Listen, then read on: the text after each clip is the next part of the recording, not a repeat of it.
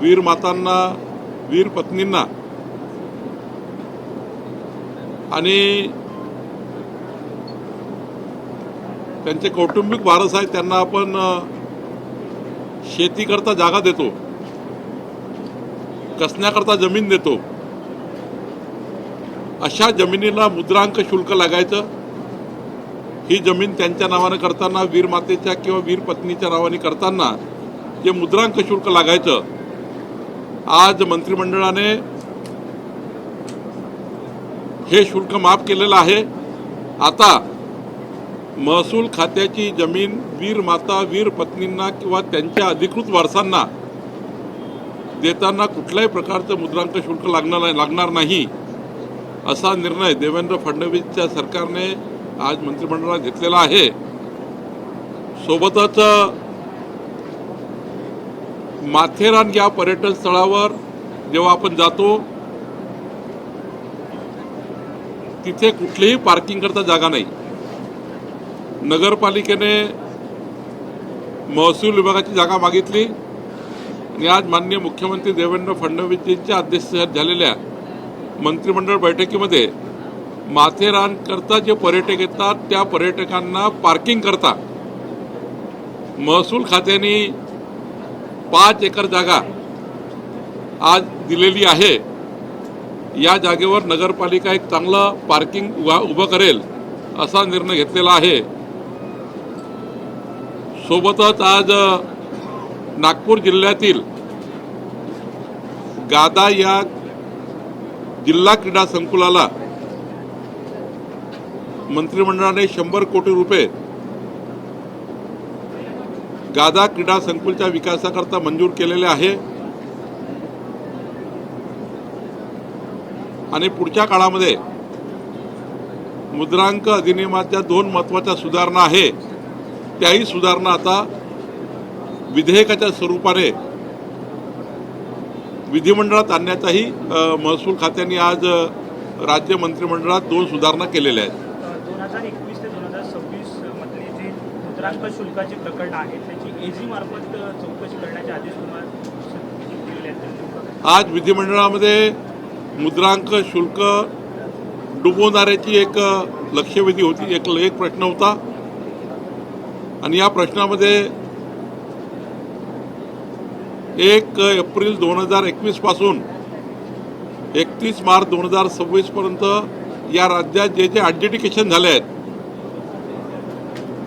मुद्रांक लपवणे किंवा मुद्रांक वाढवणे याकरता जे ॲडज्युडिकेशन झालेले आहेत, जरी एक कॉसी ज्युडिशियली प्रक्रिया असली तरी याचं ऑडिट एजी करत असतं. महसूल खात्याने असा निर्णय घेतला आहे की आता हे जे ऑडिट झालं आहे किंवा जे ॲडज्युडिकेशन झालं आहे याचं संपूर्ण लेखापरीक्षण करायचं. आता राज्यामध्ये 1 एप्रिल 2021 ते 31 मार्च 2026 पर्यंत या 5 वर्षाचं ॲडज्युडिकेशनचं लेखापरीक्षण करण्याचा निर्णय आम्ही घेतला.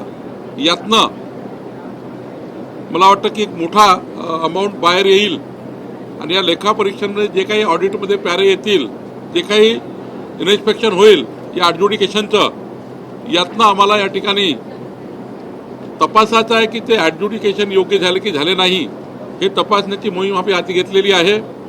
एक टास्क फोर्स आम्ही एजीला सांगितलेला आहे. एजी आमच्या महसूल खात्याचं संपूर्ण ॲडज्युडिकेशनची तपासणी करेल आणि जे काही समजा याच्यामध्ये चुकीच्या पद्धतीने जर ॲडज्युडिकेशन झालं असेल त्यामध्ये एजी जे काही पॅरा काढतील, एजी जे काही लेखापरीक्षण करेल त्यावर महसूल खातं हे पुढची कारवाई करेल.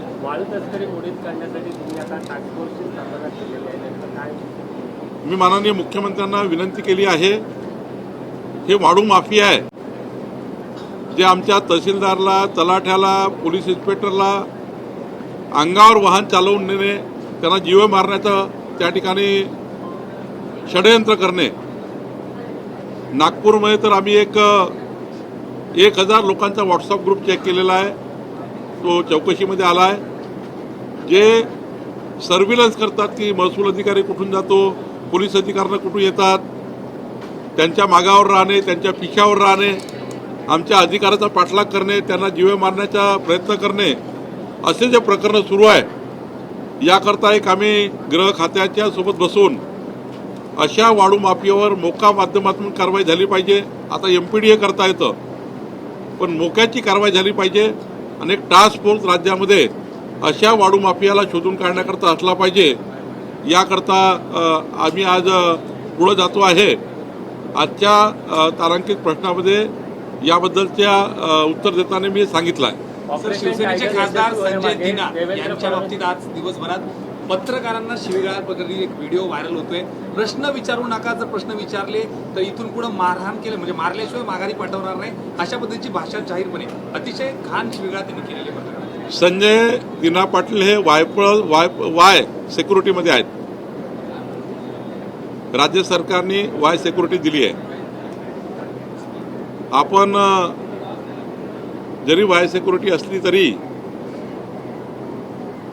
मात्र पत्रकारांना शिवीगाळ करणे किंवा प्रशासनाला चॅलेंजेस करणे हे काही सिक्युरिटीमध्ये असलेल्या कुठल्याही व्यक्तींनी करू नये. खरं तर या पद्धतीची कृती ही काही योग्य नाही.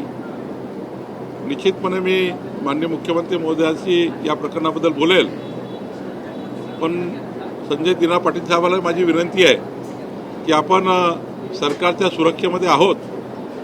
अशावेळी मात्र ज्या प्रशासनाने आपल्याला सिक्युरिटी दिली आहे त्या प्रशासनाला चॅलेंजिंग भूमिकेमध्ये बोलणे, त्या प्रशासनासोबतच अशा पद्धतीचे चॅलेंजेस देणे किंवा पत्रकार जे आपल्याला या राज्याच्या सिक्युरिटीच्या भूमिकेमध्ये महत्त्वाची भूमिका निभवतात त्या पत्रकारांशी किंवा त्या पत्रकाराबद्दल वाईट बोलणे किंवा त्यांना चॅलेंजेस देणे किंवा त्यांना धमकी देणे हे काही योग्य होणार नाही. निश्चितपणे याच्याबद्दल आम्ही लक्ष टाकू. ठाणे जिल्हाधिकाऱ्यांनी काही ठपका तुमच्यासमोर ठेवला आहे का? सातत्याने ते असे वादग्रस्त विधान करतात राज्यभरात कुठेतरी वन्यजीवांनी आता ज्या प्रकारे पडल्यानंतर त्यांचा प्रवेश झाला. यापूर्वी देखील त्यांनी अनेकदा शिवीगाळ केली होती, फोनवर देखील शिवीगाळ केल्या होत्या.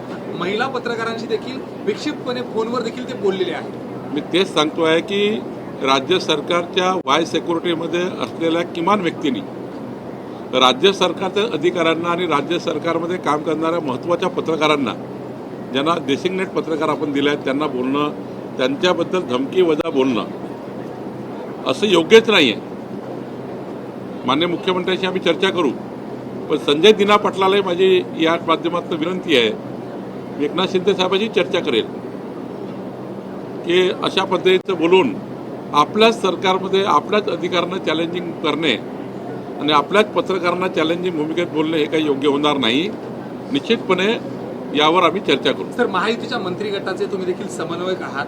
ह्या अशा घटना ज्यावेळी घडतात, मग तो राष्ट्रवादी असू द्या, शिवसेना असू द्या किंवा भाजप असू द्या, तीन मित्रपक्ष असताना अशा पद्धतीने कोणी वागलं तर संपूर्ण सरकारची प्रतिमा मलिन होते. याबद्दल काही गंभीर कार्य किंवा त्यांच्या बाबतीत Y+ दर्जाचा सुरक्षा द्यावी की नाही असा काही पुनर्विचार होणार आहे का? आणि या संदर्भात एकनाथ शिंदे यांनी देखील पाठराखण केल्याचं माध्यमांसमोर दिसलं की ते राऊतांना बोलत होते असा त्यांचा दावा आहे. याबद्दल तुम्ही काय बोलणार आहात? एकनाथ शिंदे साहेबांशी नक्की चर्चा करू. ते कुठल्या संदर्भाने बोलतो ते मला याबद्दल चर्चा करायची नाही, पण किमान अधिकाऱ्यांना चॅलेंजिंग किंवा पत्रकारांना चॅलेंजिंग संजय राऊतांना काय बोलायचं ते बोलतील, तो राजकीय प्रश्न आहे.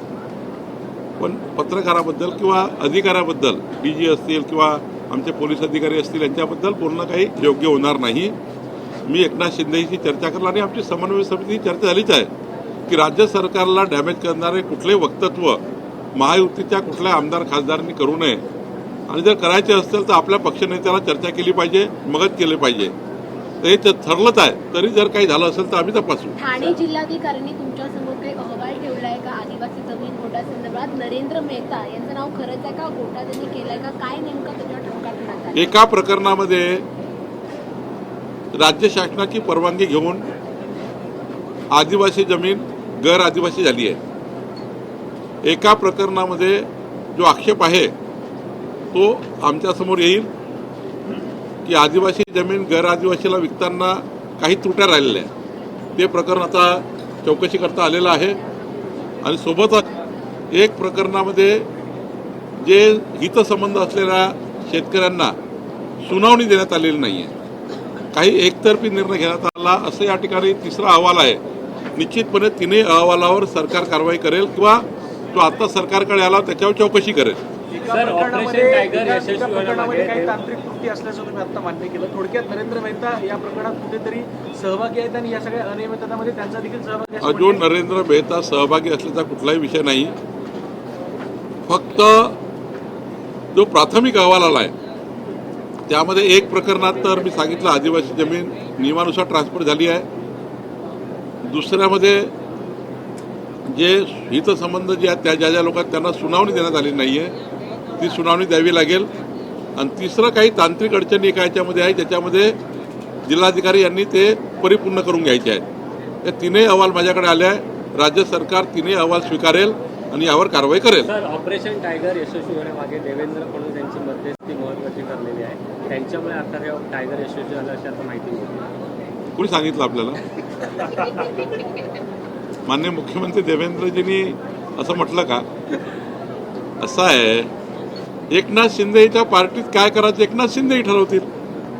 उद्धव ठाकरेजीला पार्टी चालवायची का बरबाद करायची ते ठरवतील. आणि एकनाथ शिंदे आपला पक्ष वाढवण्याकरता आपलं काम करतात आहे. त्यामुळे यांच्यामध्ये भाजप कुठं आली? भाजपाचा का संबंध आहे? भारतीय जनता पार्टी या कुठल्याही विषयात नाही. ते एकनाथ शिंदेजीची पार्टी एकनाथ शिंदेची पार्टी आहे. उद्धव ठाकरेची पार्टी उद्धव ठाकरेची पार्टी आहे. त्यामुळे मला असं वाटतं यामध्ये भारतीय जनता पार्टीला आणणे योग्य नाही. थोडक्यात ऑपरेशन टायगरचा आणि भाजपचा काहीही संबंध नाही. काही संबंध नाही. भाजप पडद्यामागचे कलाकार आहेत असं म्हटलं जातं. काही संबंध नाही. ऑपरेशन लोटस केलं पाहिजे असं उद्धव ठाकरे म्हणतात. समोरून संबंध नाही, उद्धवजींना त्यांचा पार्टी किती मोठी करायची की लहान करायची, किंचित करायची का वंचित करायची हे उद्धव ठाकरे बघतील. आमचा काही संबंध नाही आहे.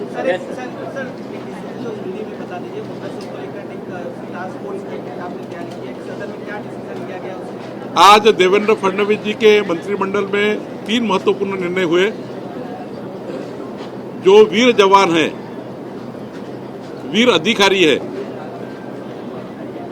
शहीद होने के बाद महाराष्ट्र सरकार खासकर राजस्व विभाग उनके परिवारों को आगे के जीवन के लिए, जीवन जीने के लिए जो हम जमीन देते हैं, कृषि प्रयोजन के लिए जो जमीन देते हैं, आज तक इन जमीनों के ऊपर स्टैम्प ड्यूटी लगती थी. आज मंत्रिमंडल ने, देवेंद्र फडणवीस जी की सरकार ने वीर जवान की पत्नी हो, माता हो या परिवार के लोग हो, उनको स्टैम्प ड्यूटी माफ कर दी गई है. ये बहुत बड़ा निर्णय, फैसला हमने किया है. वीर जवानों के लिए, वीर शहीद अधिकारियों के लिए अब कोई भी राज्य में स्टैम्प ड्यूटी नहीं लगेगी, मुद्रांक नहीं लगेगा. दूसरा हमने निर्णय लिया है, माथेरान एक बहुत प्रसिद्ध पर्यटन स्थल महाराष्ट्र में है. वहाँ पर हजारों पर्यटक जाते हैं, लेकिन वहाँ पार्किंग की व्यवस्था नहीं है. वहाँ की नगर पालिका के पास पार्किंग की जगह नहीं है. आज हमारे राजस्व विभाग ने नगर पालिका माथेरान को 5 एकड़ जगह जो राजस्व विभाग की है वो पार्किंग के लिए दे दी गई है. तीसरे जो एडजुडिकेशन है, जो हमारे जेडीआर करते हैं, इसमें बहुत आक्षेप हाउस में उठे, विधानमंडल में बहुत आक्रोश हुआ. इस पर सरकार ने ऐसा निर्णय लिया है कि 1 जनवरी 2021 से 1 जनवरी 2026 तक सारे एडजुडिकेशन को एक बार अकाउंटेंट जनरल के माध्यम से चेक किया जाएगा. अगर गलत एडजुडिकेशन किया होगा, चाहे वो अर्धन्यायिक भी हो, उसको फिर एक बार चेक किया जाएगा. और जो ऑडिट में आक्षेप आएंगे उसके ऊपर फिर एक बार सुनावनी होगी. ये भी निर्णय लिया गया. और तीसरा महत्वपूर्ण निर्णय, जो हमारे यहाँ सैंड माफिया है, इनके ऊपर मोका लगाना चाहिए. इनके ऊपर एक टास्क फोर्स लेकर इनकी कार्रवाई होनी चाहिए. जो माफिया हमारे तहसीलदार, हमारे डिप्टी कलेक्टर, हमारे तलाठी, इनके ऊपर जानलेवा हमला करते हैं, हमारे अधिकारियों को ट्रक के नीचे लाने के लिए बात करते हैं. इनका एक बड़ा व्हाट्सएप ग्रुप राज्य में है, जिनके ऊपर से सारे हमारे अधिकारी को मॉनिटर करते हैं. हमारे अधिकारी कहाँ से आ रहे कहाँ जा रहे इसके ऊपर मॉनिटर करते हैं। इसके लिए एक बड़ा एक टीम बनाया हुआ है माफिया ने। इसको उद्ध्वस्त करने के लिए इस राज्य में टास्क फोर्स होना चाहिए। ये भी निर्णय आज हमने हाउस में लिया है। जल्दी ही इसका टास्क फोर्स बनाएंगे और ऐसे आरोपी को जो हमारे तहसीलदार डिप्टी कलेक्टर को जान से मारने का प्रयास करते हैं, ऐसे आरोपी को मौके के अंदर लेना चाहिए।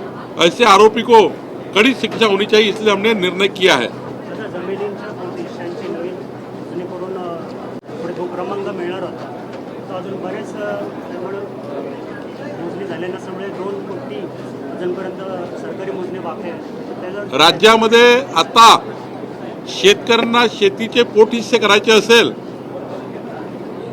तर केवळ 200 रुपये एका पोट हिस्स्याला लागणार आहे। यापूर्वी पोट हिस्स्याला खूप रक्कम लागायची म्हणून पोट हिस्से मोजणी व्हायचे नाही, पण आता पोट हिस्स्याला केवळ 200 रुपयामध्ये पोट हिस्से मोजणी आम्ही करणार आहोत। या राज्यामध्ये लवकरच 15 दिवसात मोजणी करावी असा आम्ही यंत्रणा तयार केलेली आहे। खाजगी भूकर मापक आम्ही आता अलाउ करतो आहे आणि पुढच्या डिसेंबरमध्ये या राज्यामध्ये असा कायदा येणार आहे, आधी मोजणी मग नोंदणी नंतरच त्या ठिकाणी फेरफार।